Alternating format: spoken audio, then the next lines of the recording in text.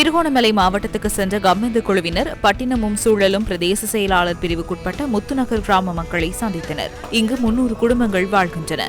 இந்த கிராமத்துக்கு பயணிப்பது அவ்வளவு இலகுவானதாக இருக்கவில்லை.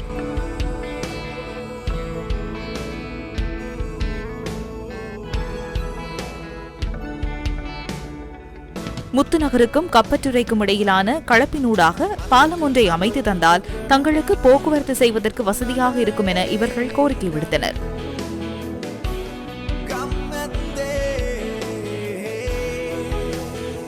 இந்த பிரதேசத்தை எந்த ஒரு அபிவிருத்தி வேலை திட்டமும் நாங்க சொன்னாலும் கூட அந்த வேலை திட்டங்கள் நடக்கிறதில்லை. பாலங்களை மாத்திரமல்ல, விவசாய வீதிகள், பல குளங்கள், உப்பு போன்ற உற்பத்தி இடங்கள், இப்படியான இடங்களை கொஞ்சம் ஊக்குவிச்சு டெவலப் பண்ணி தந்தா மக்கள் படுகின்ற கஷ்டங்கள் துன்பங்களை ஒரு அளவு ஆகின மக்களுக்கு இலகுவாக அமையும். ஒரு பசல் எடுக்கிறதுக்கு போறதுக்கு, ஒரு வாகனத்துல போறதுக்கு என்றாலும் இந்த வழியை தான் பயன்படுத்துவாங்க.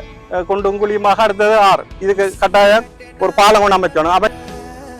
முரவெவ வடக்கு சிங்கள வித்தியாலயத்தில் நிலவும் ஆசிரியர் பற்றாக்குறையையும் குறித்த பகுதியில் உள்ள காட்டு யானைகளின் பிரச்சனையையும் கம்மெந்து குழாத்தினர் அறிந்து கொண்டனர்.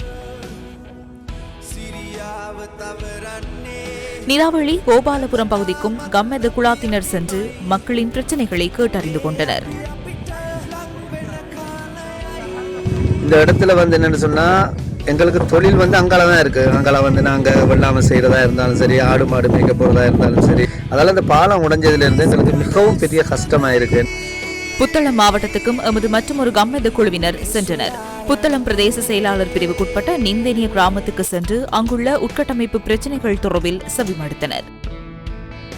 ரத்தினபுரி மாவட்டத்துக்கு சென்ற கம்மெந்து குழாத்தினர் பலாங்குடை மக்கள் எதிர்நோக்கும் சவால்கள் குறித்து கேட்டறிந்து கொண்டனர். முனராகலை மாவட்ட மக்களின் பிரச்சினைகள் தொடர்பிலும் கம்மெந்து குழுவினர் கேட்டறிந்து கொண்டனர். வெள்ளவாய யாய 20 கிராமம் மழைக்காலங்களில் வெள்ளத்தினால் பெரிதும் பாதிக்கப்படுகின்றது.